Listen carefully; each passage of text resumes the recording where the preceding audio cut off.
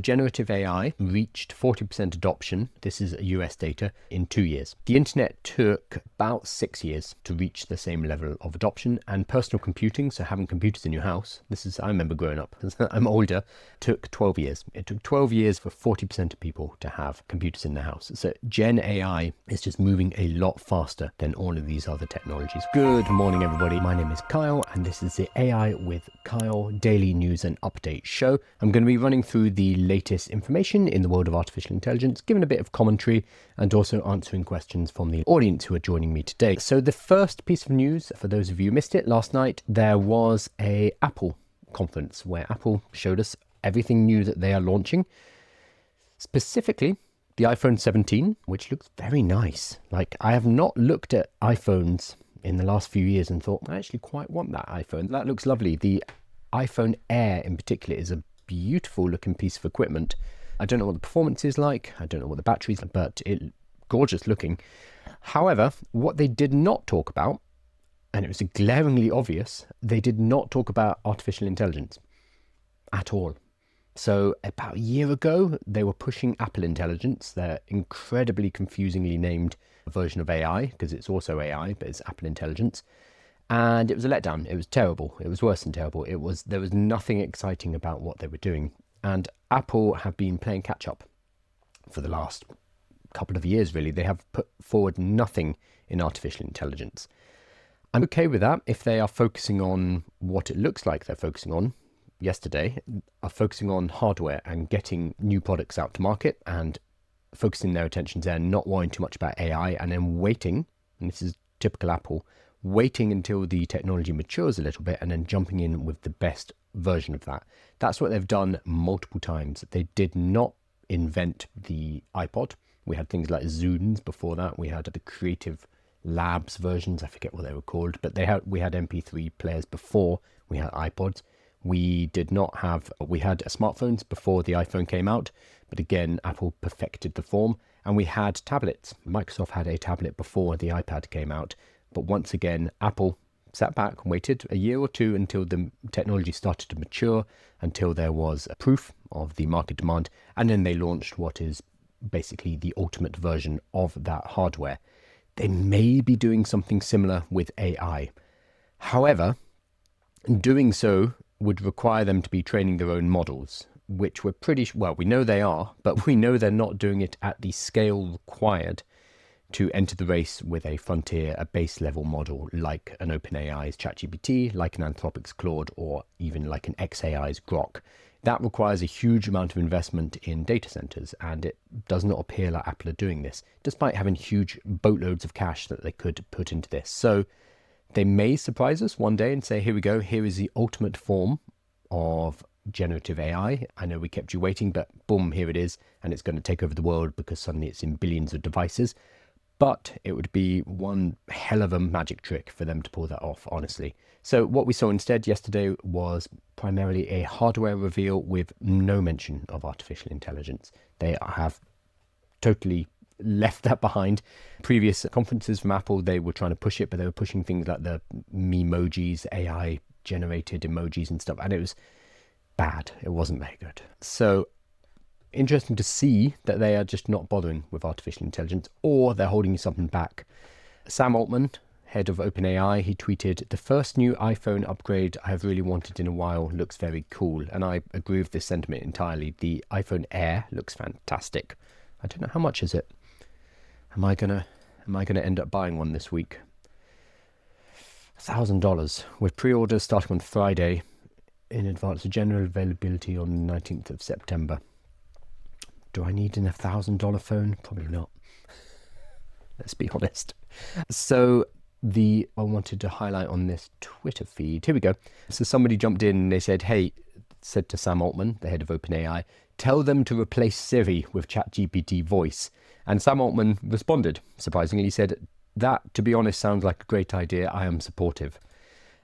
So am I. Like, they have a deal between Apple and OpenAI, which they signed last year, March, I think it was. And this is what got Elon Musk's knickers in a twist, that they do have this deal between OpenAI, creators of ChatGPT, and Apple. What it allows is for Siri to I can't say that word because it's going to trigger, for Apple's assistant to access ChatGPT. So you can say, hey, Siri, can you ask ChatGPT to do XYZ? It's a integration of some sorts. It's pointless because you can just use the voice assistant inside ChatGPT, and honestly it's a lot better because you don't have Siri garbling your instructions. Siri still can't set an egg timer for me, and this is a technology that's 14 years old now and it's still not very good. But if we replaced it, if Apple replaced it entirely with ChatGPT, then they would have a top of the line voice model inside of their telephones, which would then have distribution to billions of people worldwide. So that would be a hell of a coup for both Apple and for ChatGPT. I could 100% understand why Apple would not want to do that. And it would also be a big push for ChatGPT to be able to deal with all of those new incoming requests. But that would be wonderful. So Sam Altman agrees. He says, sounds like a great idea. I am supportive. There's a few conflicting things here, though, because these are both huge companies. Sam Altman is working with Johnny Ive, the designer of the original iPod and a bunch of Apple products, and they are working on some kind of physical product. The rumors I've heard is that it's like a little puck that you have with you, and it has a 360 camera, so it can see what's going on around all the time, and it can pull in that information, basically giving AI sensors, being able to put it into the world, because that's one thing that AI still lacks. It's not able to interact with the world around it. So potentially the device that they're working on is some form of sensory input and output for artificial intelligence. That would obviously put them on a competing track with Apple because they'd be moving into the hardware business. And at the same time, Apple are working on, we think, their own AI models and maybe bringing out something in the future, but we don't really know. So I thought it was an interesting presentation, primarily because they did not talk about artificial intelligence at all. We actually looked at it was a study, I think it was last week. Yeah, would have been last week, where it seems like consumers in the US, but I'm sure globally, don't really want artificial intelligence in their telephones. And they were saying that is not a reason for upgrading a phone. So a CNET survey finds that just 11% of US smartphone users choose to upgrade their devices because of AI, a drop of 7% from a similar survey last year. So back in, 2025? So back in 2024, 18% of people said, yes, I would upgrade my phone if it had cool AI features. Now that's dropped to 11. So I think people have been burnt by poorly implemented AI features inside of their devices. Further, about 3 in 10 people don't find mobile AI helpful and don't want to see any more features added. I'm sure on top of that, there are also privacy concerns as well. So maybe Apple are playing the right game here. They're not putting a technology that people don't want into their telephones, and maybe they are waiting to see how this all pans out before they implement AI, if they ever do. I'm going to hop over to some questions. Good morning, everybody. Let's see if there's anything here. No questions. Awesome. Makes it a lot easier. For me, I will just push on with the news and then hop over to the question. A reminder, because I always forget to say until the end, all of these videos are going to be on YouTube. We edit them, we make them more accessible. And there's a daily newsletter which comes out every single morning at 8 a.m, which has a summary of the previous live. So if you can't make the live or you don't have an hour to sit with me, I fully understand. There are other ways to access this information through YouTube. So you look on I am Kyle Balmer. I should pop up on YouTube if you search it, or follow the link in my bio and you can get the newsletter totally free. So next thing, speaking of alliances, shifting alliances. So we just talked about Apple and their kind of deal with OpenAI, and Sam Altman saying, we could put ChatGPT in phones, we could replace Siri, I'd be happy to do that. So these big tech companies are working together and are working against each other, and we're seeing a lot of that with Microsoft in particular. So Microsoft, it's complicated, but they have options to 49% of OpenAI's profit up to a certain cap. So they own a portion of of OpenAI. It's a complicated deal, but They are intertwined, let's just say that. And on top of that, OpenAI ChatGPT is also hosted on and built upon Azure servers, which are Microsoft. And then Microsoft have a product, Copilot, which is built upon ChatGPT. So you have this weird kind of multi-layered, multifaceted connections where they are working with each other at multiple levels. It's both financial and integration connections between Microsoft and OpenAI. So Microsoft were one of the first people to basically back OpenAI. That said, Microsoft are looking to diversify. So their Copilot is currently built on ChatGPT, on GPT-5 in particular. They upgraded it 2 weeks ago, much to everyone's dismay. They are looking to diversify away from OpenAI, and we've had 2 pieces of news in the last week. So the first is they have released their own model. So Microsoft have been working on their own model. It is currently, let's pull it up on LM Arena. It's doing okay. It's their first model that they've trained themselves, or sorry, the first one that they're releasing. I'm sure they have others. It is not released publicly yet. Where is it? Oh gosh, where is it? There it is. Oh, it's fallen to 24th. So it's called MAI, or MAI, Microsoft AI. Presumably. I've just put 2 and 2 together. It's probably Microsoft AI, MAI. So MAI 1 preview, and then there's also a image model as well. So that is currently sitting at 24th position on LM Arena. Obviously, the Arena scores are one thing. It's not the total truth, but it's a useful gauge, a useful measure to see how the models stack up against each other. They have not released it, is the other thing too. So it's still in testing. So Microsoft have got their own model, which means they might be looking to move away from ChatGPT as the underpinning of Microsoft Copilot. That makes a lot of sense. Replace OpenAI's model with your own model, and then you have less dependency. Makes perfect sense. They are also buying AI from Anthropic. So we've just heard Microsoft will pay to use Anthropic's AI in Office 365 applications. The move means that Anthropic's tech, so Claude, will help power new features in Word, Excel, Outlook, and PowerPoint alongside OpenAI's, marking the end of Microsoft's previous reliance solely on ChatGPT Maker for its productivity suite. Microsoft's move to diversify its AI partnerships comes amidst a growing rift with OpenAI, which has pursued its own infrastructure projects as well as a potential LinkedIn competitor. Yes, OpenAI have said that they're going to build a jobs platform, which people are calling it a LinkedIn competitor. I don't know if that's necessarily the case. LinkedIn is its own beast because it's a social media platform as well, but they are looking to build an AI-powered job matching service, which makes perfect sense.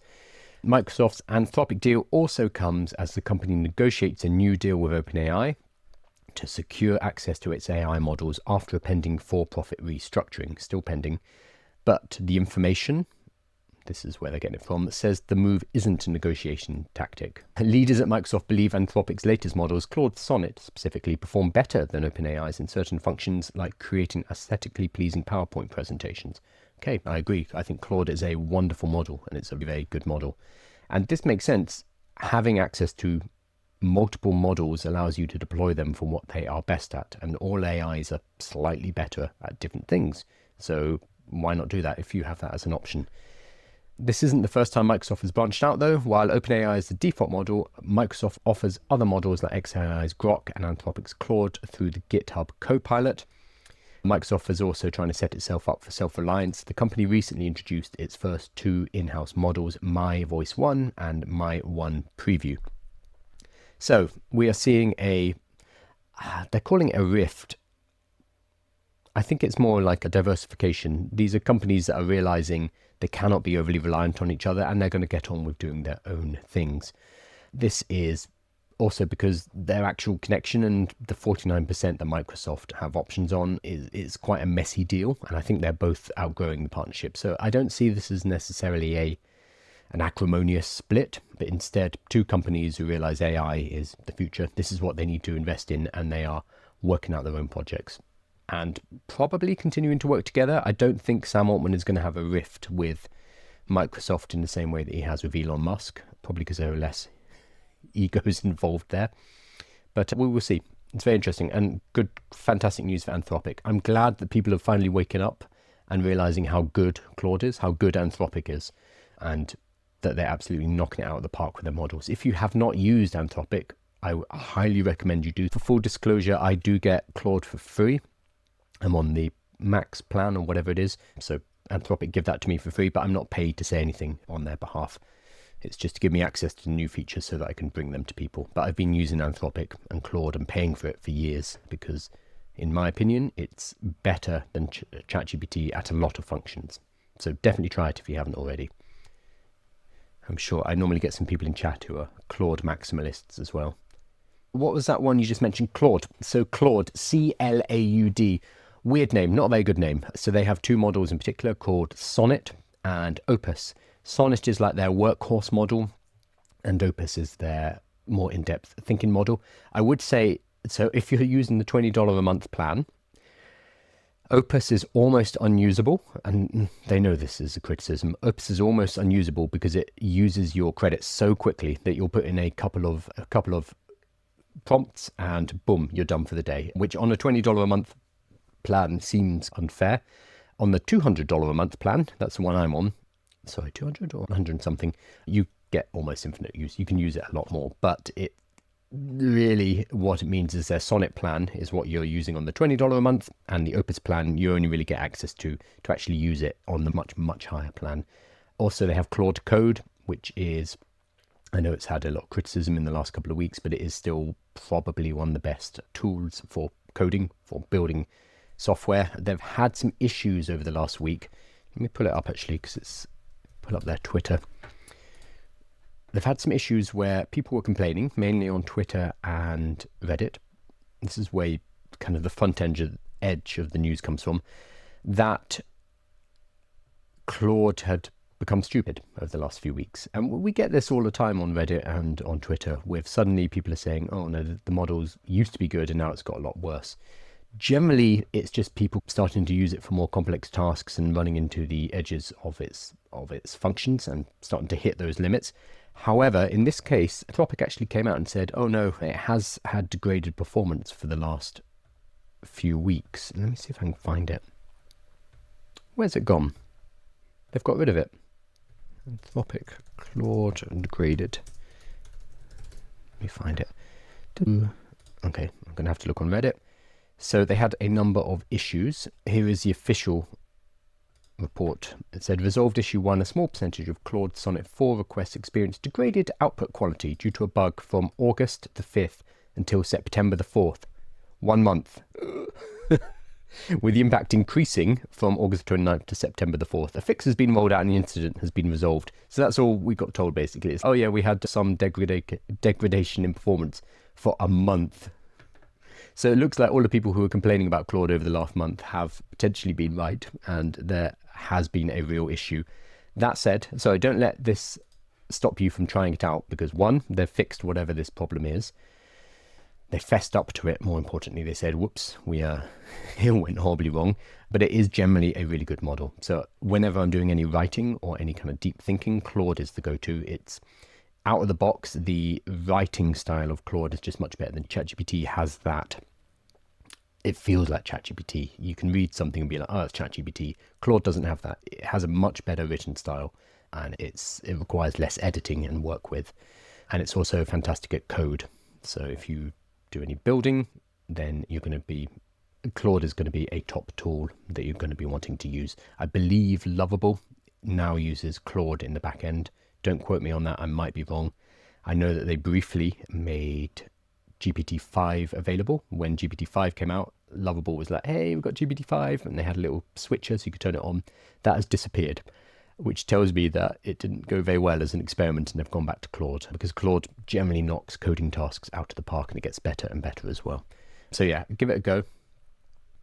What is the best AI subscription for the money? I don't want to pay more than $20 a month.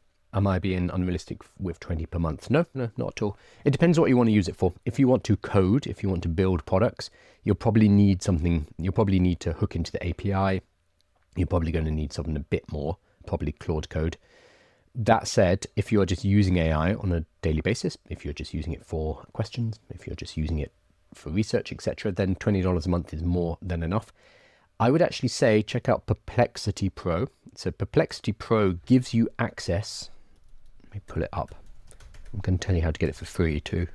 so we can save you even more money. So Perplexity Pro gives you access to GPT-5, Claude 4 Sonnet, so it gives you Claude access, and Gemini 2.5 Pro.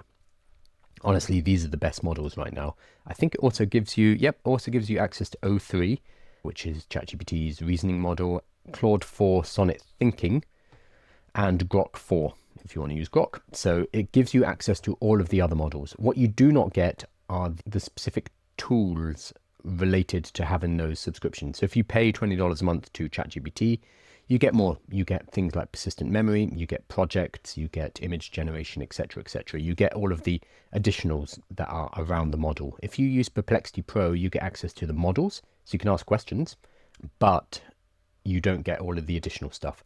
That might be fine for you. It really depends on your usage.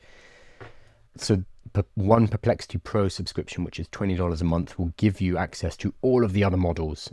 So you don't need to get $20 subscriptions for each and every single one of them, which is good. So I currently have subscriptions for ChatGPT, Claude, Grok 4, I guess, because I have Twitter Premium or whatever it's called, and Gemini I pay for. So I'm paying for all of these. You could avoid doing that by getting Perplexity Pro. That allows you to have access to them all. You can also get it for free. I think this is still going. Let me pull it up on my screen. If you see on, you might need to hop over to YouTube, but there is a Perplexity Pro with PayPal offer right now, which is exclusive for PayPal users. All you need is to own a PayPal account. That's it, which doesn't cost any money. And you can get a full year of Pro completely free when you connect your PayPal account and choose a billing method. So basically you connect it up and you're going to get Perplexity Pro for $0 for 12 months. And then it becomes $20 a month. So if you want it for free for a year and then you can remember to cancel it, this is going to be the way. So if you Google Perplexity PayPal subscription, it will probably turn up. Otherwise, hop over to the YouTube. Look for the time code around 24 minutes. That's where we are right now. And you'll be able to find the link on my screen. I'll also put it in the newsletter tomorrow just to help people. I've been reminding people about this, but it's hard to get you the link without reading it out. And that isn't very exciting. So that would be my recommendation. If you don't want to spend any money, go and get a Perplexity Pro subscription for free by connecting your PayPal. Then you get access to Claude, you get access to Gemini, you get access to GPT-5, Grok, everything. So hopefully that is useful. But if you did want to buy one subscription for $20 a month, I'd personally go for Claude and Anthropic. Ken was saying I use Claude for coding all of the time in GitHub Copilot. Works wonders. Almost don't use ChatGPT. Agree. So I use Claude for all of my coding. I use ChatGPT for my daily stuff. Because what ChatGPT has, which the others don't really, is a persistent memory. So it will remember stuff about you. The example I always give is, you can't see it, but on my desk, there's a whole bunch of cameras and audio equipment and lights, and it all goes through various switchboards and bits and pieces. Things like this, I'm not using it at the moment, so I can show it to you. So it goes through all of these different things, and it's complicated. And to work it out took me months, because I had to keep researching and working out, okay, how do I get 4K video through? How do I sync up my audio, etc.? ChatGPT was fantastic for this because it had memory of all of my previous conversations with it. So I didn't need to feed in my technical specifications and my setup into every single chat because it remembered all of that from before, which meant I could hop into a new chat and say, hey, I'm getting some microphone delay when I stream to YouTube. Why is that? And it already knew that, oh, you've got a microphone through a FET head into using an XLR cable into a Focusrite, which then goes into a Mac Pro. It already knows all of that context, so it can very quickly answer questions. So that is ChatGPT's kind of killer source. That's what makes it really useful. The more you use it, the better it gets. The other models, the other chatbots, have been adding persistent memory, but they don't have the same level of functionality as ChatGPT. So if you're using AI on a daily basis for kind of work and personal tasks, and ChatGPT may be better, but for like writing and coding, Claude is better. It depends. Use both. Try them both out. How can you opt out of Claude's new terms and conditions, finding it difficult? There's a way to do it. Let me pull it up. So Claude introduced, Anthropic are funny like this. They're very open and they're probably the most ethical of the various. Where is it? Data privacy. Okay, got it. So they're the most open and ethical of most of the larger AI companies, which is why it's bizarre there are hunger strikes going on outside their San Francisco office right now instead of Meta or OpenAI. Anyway, whatever. A week or two ago, they said we're updating our policies and we're going to use your chats to train our models. All the other companies were already doing this, and they were just doing it on the slide quietly. You can find in ChatGPT a way to turn it off, but they kind of hide it behind a few different settings and they make the wording kind of slippery. Anthropic were the company who actually came out and said, hey, by the way, we're changing our policies, and from now on, we're going to be training using your data to make a better model. And everyone was like, what the hell? But this is just because Anthropic bothered to tell us. If you want to turn it off, you go into settings, privacy, review, and then there is an update to the consumer terms and policies. It will take effect on September 28th. So they've given us about a month notice as well. Again, Anthropic are not bad guys generally, and you can toggle it off. That's it. So it's going to be settings, privacy, scroll down to the bottom. There'll be a review button where you can see the terms and services.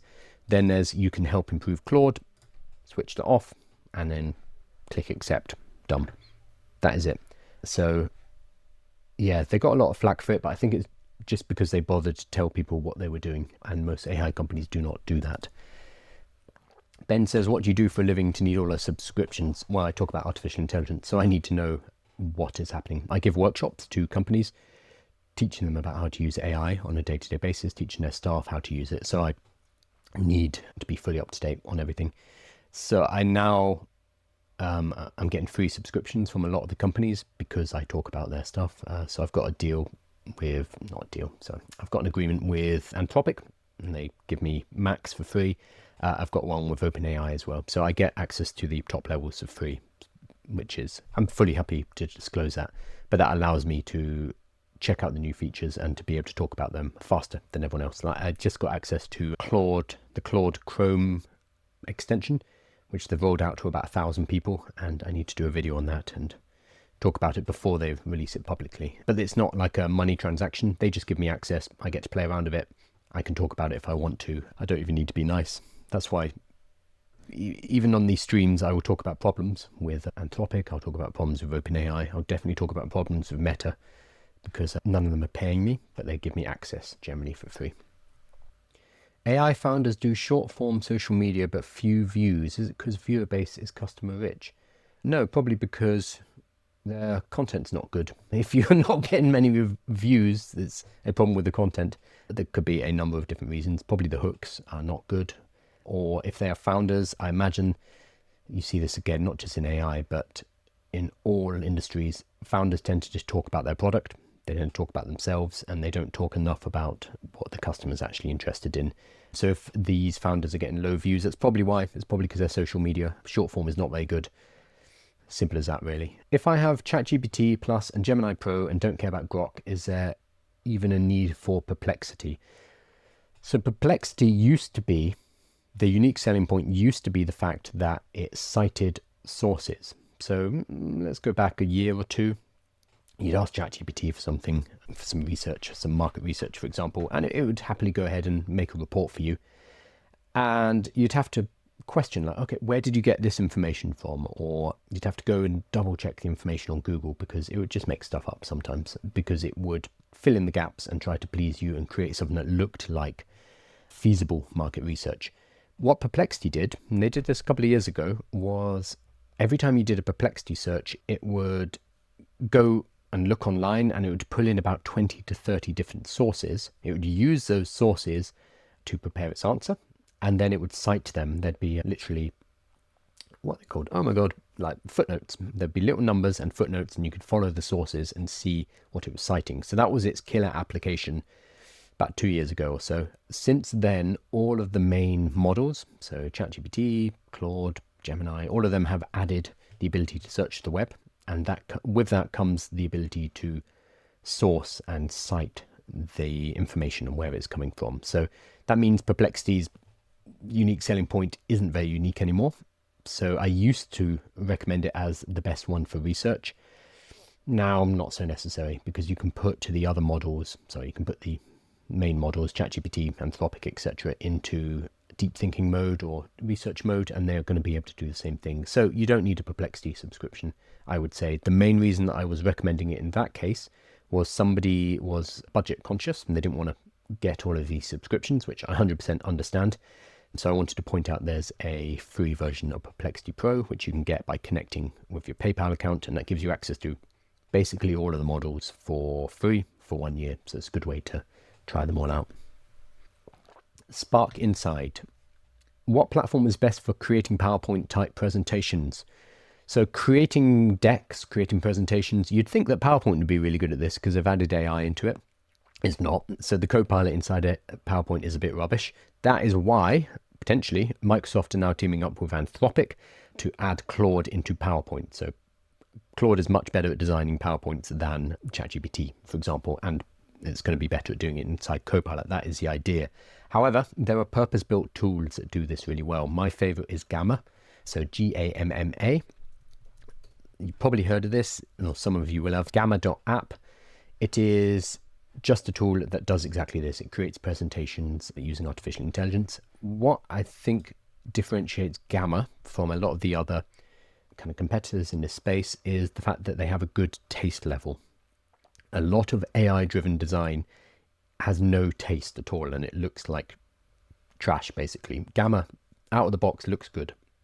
So you put in the information, it will generate those slides, and automatically it's, oh, this looks great. So it's much, much different to the several hundred other competitors who are trying to do the same thing. So I would go with Gamma. There's another one called Tome, Tome.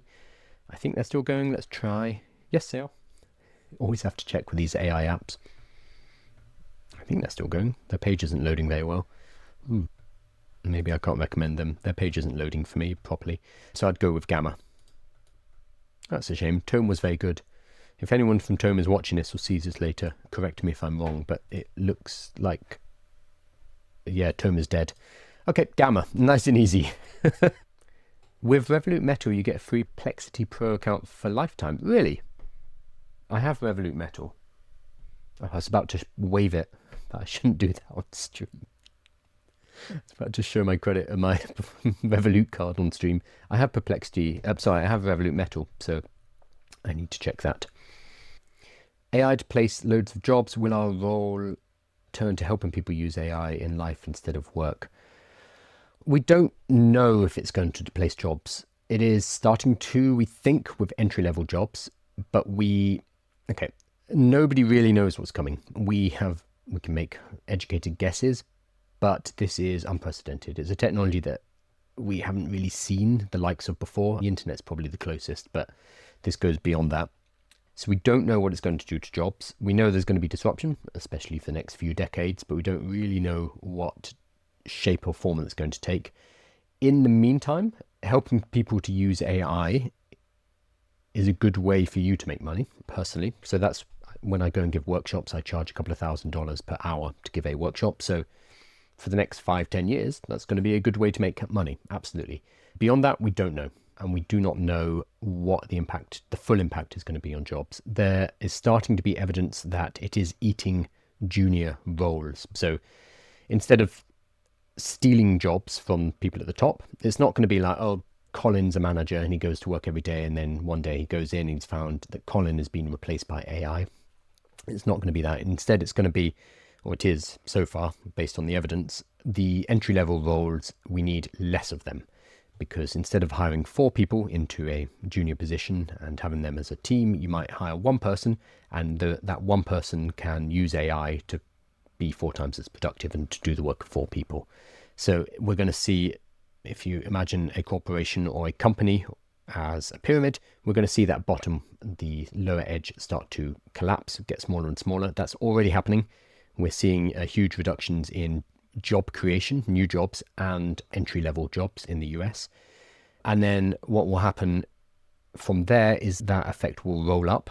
So you have less people at the bottom, which means there are less people who have the skills to move up to management and leadership. So the whole industry, the whole company will start to squeeze flat like that. At the same time, AI is going to get better and we'll be able to take roles further up the chain. This will happen on the company level because the leadership don't really necessarily care about the longevity of the company. They just need to stay competitive. They need to get to retirement. I'm talking about in the West. In China, it's a bit different. But in the West, the leadership need to get to retirement. They need to make sure their company doesn't dissolve underneath them. So they'll be perfectly fine to cut costs by bringing in artificial intelligence at the lower level, because in 10 years' time, hell, they're retired, they're on the beach, and they don't give a damn.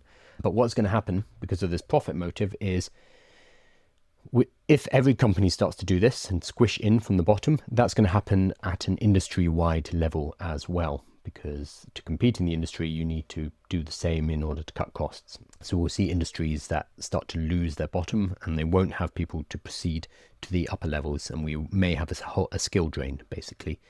That is where it's going to get messy. But that's going to take a little bit longer than just AI swooping in and taking jobs. It's more of an insidious erosion effect, which is going to take potentially years, but it seems to be happening. The more evidence we get from US job creations and there's a recent Harvard study, which was 285,000 companies they studied. They're seeing I believe it's a 26% reduction in entry-level positions over the last year.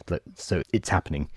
What I would say is put in place different streams of income. So if you can start your own business, I'm biased, I always suggest people start their own business, but if you have something that you control, then you have the flexibility to be able to pivot depending on what happens, because we just assume that we don't know what's going to happen. Therefore, having control of our circumstances, having control of our future is really important, because it allows us to move. If we are working within a big organization, we are there then at the whims of what decisions they make. So if we're in a big company and they decide, we're not really doing AI, that company will be dead in 10 years' time, because competitors who do use AI will crush them, basically, or new entrants will come up with something that would disrupt the industry. So being in a company that refuses to use artificial intelligence is very risky, whereas having your own thing and being able to leverage these technologies, I think it's probably the most exciting time we've had in decades to start your own business because of AI, because it just allows you to do so much so quickly, even as a solopreneur. But that's me, I'm biased. I'm sure other people will say different things. You said you like Claude more than other models. Can you tell me why? It depends. It depends what I'm using it for. So different models are better at different tasks. I do a lot of writing and I do a lot of thinking. So Claude is very good at those tasks. And I also vibe code, and Claude is, again, very good at those tasks. So because I focus on those tasks, Claude is my mainstay. It does most of the work for me. I still use ChatGPT. I have Gemini. I have Grok. I don't really use Grok. I see no reason for it. But for me, it's primarily ChatGPT and Claude. ChatGPT tends to be for more personal things. Let's say I'm planning a holiday. I'll do that in ChatGPT. If I am doing work stuff, it will be in Claude. But I use both. And I highly recommend people just try out different models and see what works best for them for their different tasks. Okay, I'm going to hop over to, here we are. There was it's a study. We have to take it with a few pinches of salt, I think. It's from the Future Advertising and Tom's Guide and Tech Radar. Okay, so it's one of these pieces of research that's been paid for by, in this case, tech websites. That's fine. We just need to take that into account. Research gets paid for all the time. But this is about adoption, and it's really useful to see the speed of adoption. So since Future Consumers AI Sentiment Tracking launched in February 2024, so a year and a half ago, claimed adoption rates have skyrocketed, and the share of those who use AI in their day-to-day lives is now into the majority. So this is a useful checkup on, are people in the public actually using AI? Because remember, we're in a little bubble of people who really care about this stuff. The fact that you're watching me talk about this stuff tells me that you're in that 1% who actually pay attention, because why on earth would you be watching me? There's much better things to do on the internet.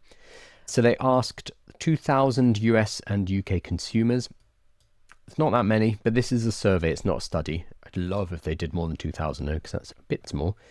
Here we go. So what I wanted to see, well over half of all US and UK respondents report using AI routinely, with a steady growth in the US and a significant jump in the UK. UK growth mainly came from those who say they use it all the time, which saw a 250% lift from our February 2025 survey. So from February to September, apparently this jumped up by 250%. Meanwhile, US growth was driven by those who say they use it a bit, a group that showed a 12% lift from February, much smaller. So this is the big headline though. 67% of respondents in the UK claim to use AI on a regular basis, which is up 22% in the last 6 months. So that means that February, earlier this year, 45% of people said we use AI on a regular basis, so under 50%. And now, September, it is over. It is 67%. So it is 2/3 of the UK are now using AI on a regular basis. And in the US, it's slightly down. It is 55% in the US claim to use AI on a regular basis. So whether or not these numbers are fully accurate, and we can look at the surveying method, we can look at who they asked, etc. It doesn't matter though. I think the big headline figure here is that in the last 3 years, so ChatGPT, the public version came out less than 3 years ago. I think the birthday will be at the end of September. So we're approaching the 3rd birthday of ChatGPT. In that time, it's gone from being unused, so basically 0% adoption, to a majority. The majority of the country, whether it's the UK or the US, are now using it. And I wanted to actually compare this to, because I think it's really useful, I wanted to compare it to the internet and computers. How long did they take to reach this kind of level of saturation, to reach this number of people within a market? So generative AI reached 40% adoption in, this is US data, 40% adoption in 2 years, okay? The internet took about 6 years to reach the same level of adoption, and personal computing, so having computers in your house, I remember growing up, I'm older, took 12 years. It took 12 years for everybody, for 40% of people to have computers in their house. So Gen AI is just moving a lot faster than all of these other technologies, which makes sense. We already have the hardware, we have the personal computers, we have the telephones, that is done. We have the internet, pretty much universally, that's done too. So this is a new technology built on top of PCs, built on top of the internet, and now we have AI, and everything is getting faster and faster, which personally I find is very exciting. I think it's also useful to compare to other recent technology booms that we've had, so things like crypto, Web3 technologies in general, like blockchain, the Internet of Things, virtual reality, augmented reality. For the last 10 years or so, these have been the hot new fads, but they never reach this kind of adoption. The number of people using blockchain is minuscule. The number of people using VR, it has remained a niche fun thing to do, but has never broken into the mainstream.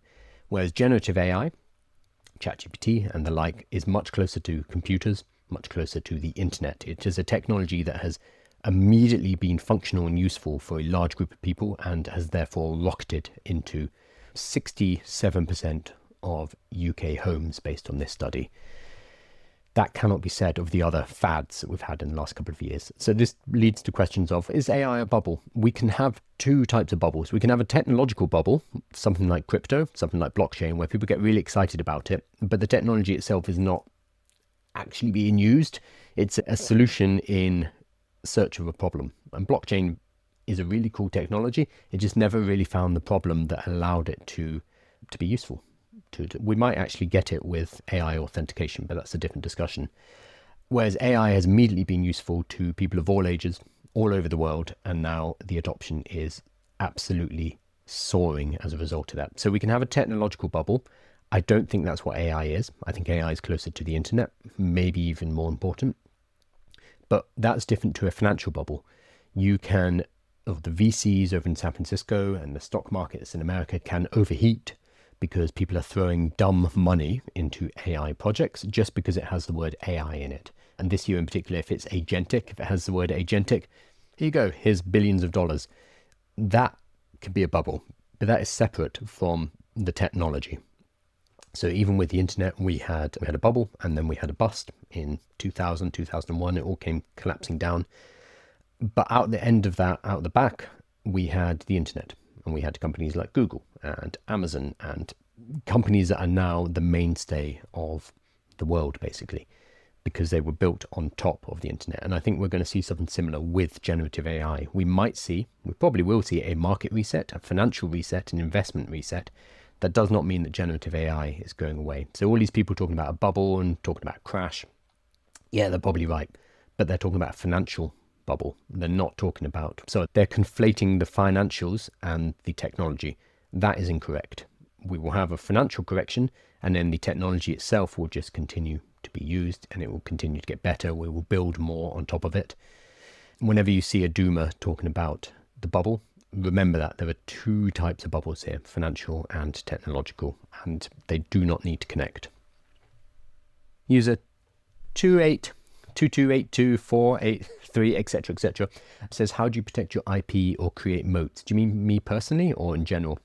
If you are creating using AI, the process of building is becoming easier and easier, and it's going to continue to do, especially building prototypes, especially building, like turning your idea into something tangible. I'm working with a charity right now, pro bono, and helping them to make an application. I'm actually looking for people to volunteer, by the way, to help them with the coding portion. But we are putting together a prototype, and we are able to do that within days rather than having to hire a developer or a development team for £100,000 and then spend 6 months putting together a prototype in order to go and get financing, etc. We don't need to do any of that anymore. We can throw together a prototype really fast so that people can look at it and be like, yeah, I get it. Cool. We're going to fund you. This is the same across the board. You can now build really quickly. So if you go to an AI tool directory or product hunt, you will see just a graveyard. So even just now, when somebody asked, can you recommend a PowerPoint creation tool using AI? And I was like, oh, you could use Gamma or Tome. I went to Tome's website and it looks like they're dead. This is happening all over the industry because it's very hard to protect the moat. Because if you build something that's cool, anyone, including myself, can come along, look at your cool idea and be like, that's cool. I'm going to recreate that in Lovable. I'm going to build that using Cursor. I'm going to make a twist on that and recreate it. And I can do that very quickly, extremely quickly, which means the moat is no longer about building. It used to be, because it was hard to get a technical co-founder, or you'd have to hire somebody who could code. So you'd have to raise money first. So it used to be when you went to entrepreneurship events, it would be lots of idea people who would be looking for technical co-founders. That's not the case anymore, because you can now build very quickly, a prototype at least, using vibe coding. That means the distribution has become the moat. It's the ability to get your product to market and start to generate cash so you can reinvest it into making your product better, into acquiring more customers, into basically moving faster than everyone else. So distribution is now the moat. That is personally why I'm focusing on things like this. This is why I'm doing lives. This is why I have a newsletter and social media.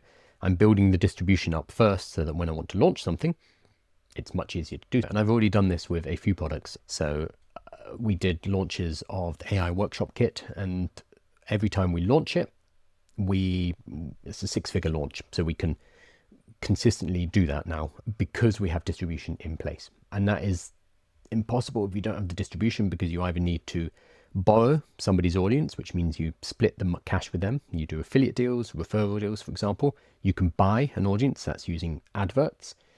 It's doable, but it's hard to pull off and you need cash up front.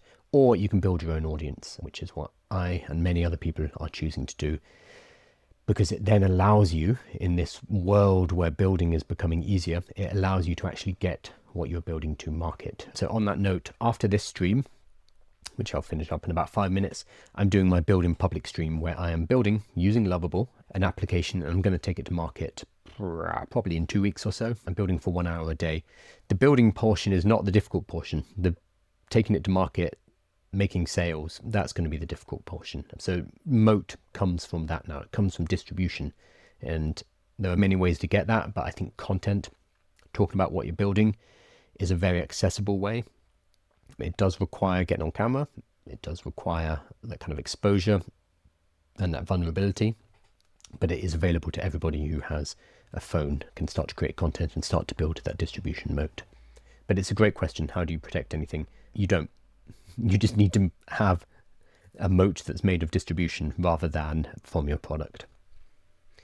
How far away do you think the financial bubble may be? No idea. Not really my field. I think I'm sure we'll see a reset in the next couple of years, but I don't know enough about that, nor do I pay attention to that. There are much smarter people than me on that. I'm focusing mainly on the practical uses of AI, which continue to increase, but I can see a lot of money flowing into AI it's going to be hard to recoup it.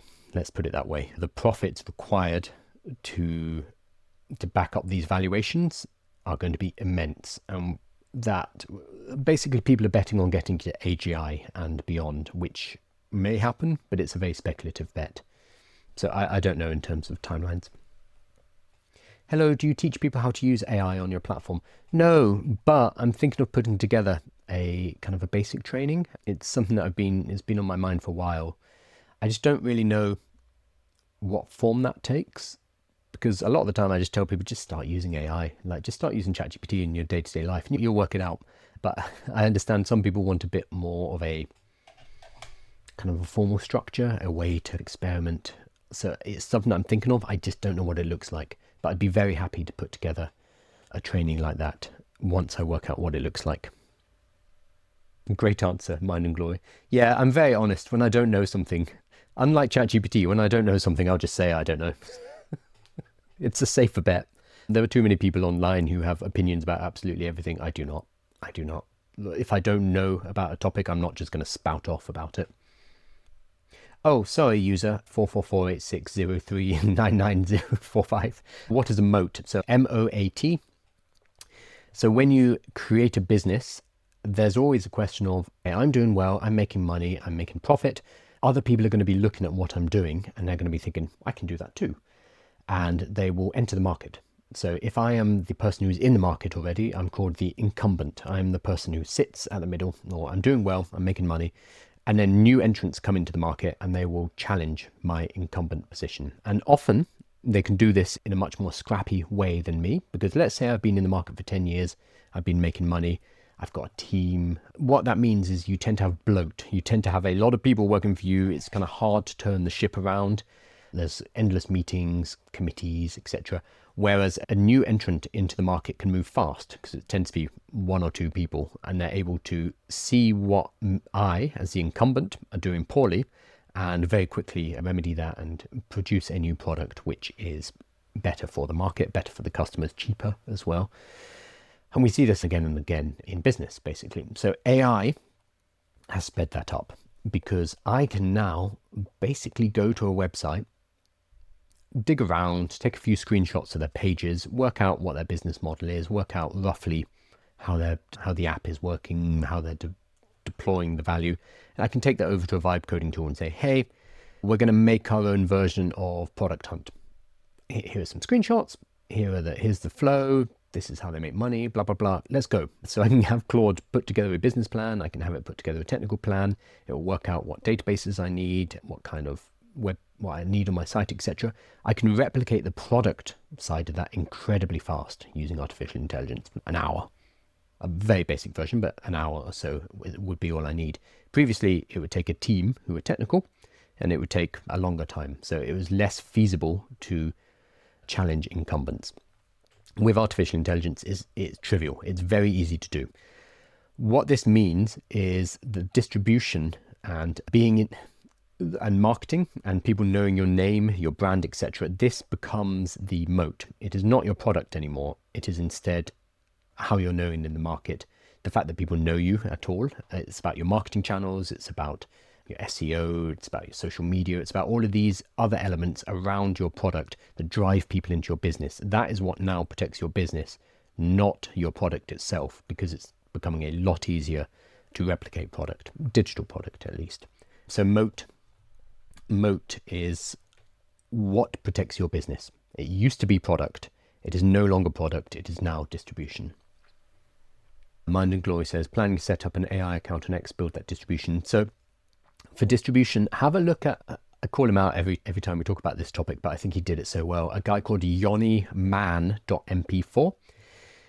He did a really clever thing where he just started recording. He had I haven't got mine here, but he had an Osmo little camera, couple $100. He just started recording videos on Instagram primarily saying, hey, my name is Yoni, I'm going to be building an application, I'm thinking about doing this. And he just started talking about his process. He documented his learning process. He documented the struggles. People find them more interesting. He documented successes and basically walked through the whole process of building a business. And because he was doing that, people started following him and following his journey. That meant when he came to the point where he actually decided what he wanted to build, he was able to talk to these people and say, hey, would this be interesting? And enough of them said, yeah, that sounds cool. That he was like, okay, I'll start to build this. And then he was able to go back to them and say, hey, would you want to buy this? And they're like, yeah, that's cool. And then he would continue to buy it. And then when he was ready to launch, he took it to them and he said, okay, time to buy. And they did. Last I checked, he was on 30,000 monthly recurring revenue. Probably more now, but he had a really good launch because he already had an audience in place. So Yoni, he's yoniman.mp4. Yoni will do it. And he's 185,000 followers. All he did was post a video every single day, and he's on day 467.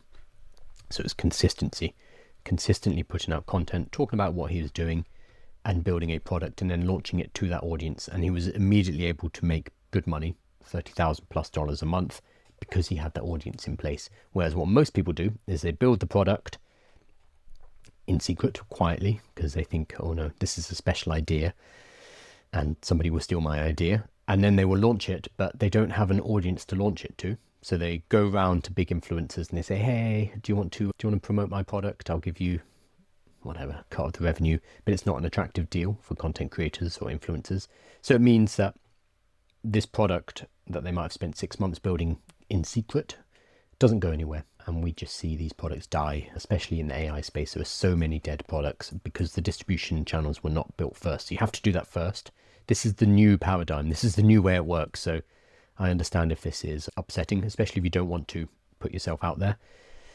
But this is how you manage to launch something successfully nowadays, is you need to build the audience first and then you launch your product. Very different. Will knows that I'm real. There's people come into my chat and they're like, Kyle's not real. He's made of AI. Will, tell them that I'm real. I'm building in public. Remember that all of this is available on YouTube. We edit it, we cut it up, we make it nice. A lot less rambly. Consider this a dress rehearsal that I do every single morning after my coffee. The YouTube version is a bit cleaner. It goes to the editor. There's also a free newsletter which comes out every single day. You can find a link in my bio to that, and you can find me on YouTube at I am Kyle Balmer. And that's just going to give you access to all of the news, everything that we've covered in a much more structured format, instead of me rambling and telling you to all use Claude as I do every single day. I'm building over 30 days an application using artificial intelligence, which I'm going to be launching at the end of the 30 days. Specifically, I'm building a tool that allows you to make lead magnets based off YouTube videos, and we're on day 7 or 8. The basic functionality is in place. Anyway, you can come over to that stream and you can see me build in public. You can also ask questions. I have plenty of time to answer questions while the vibe coding tool is working.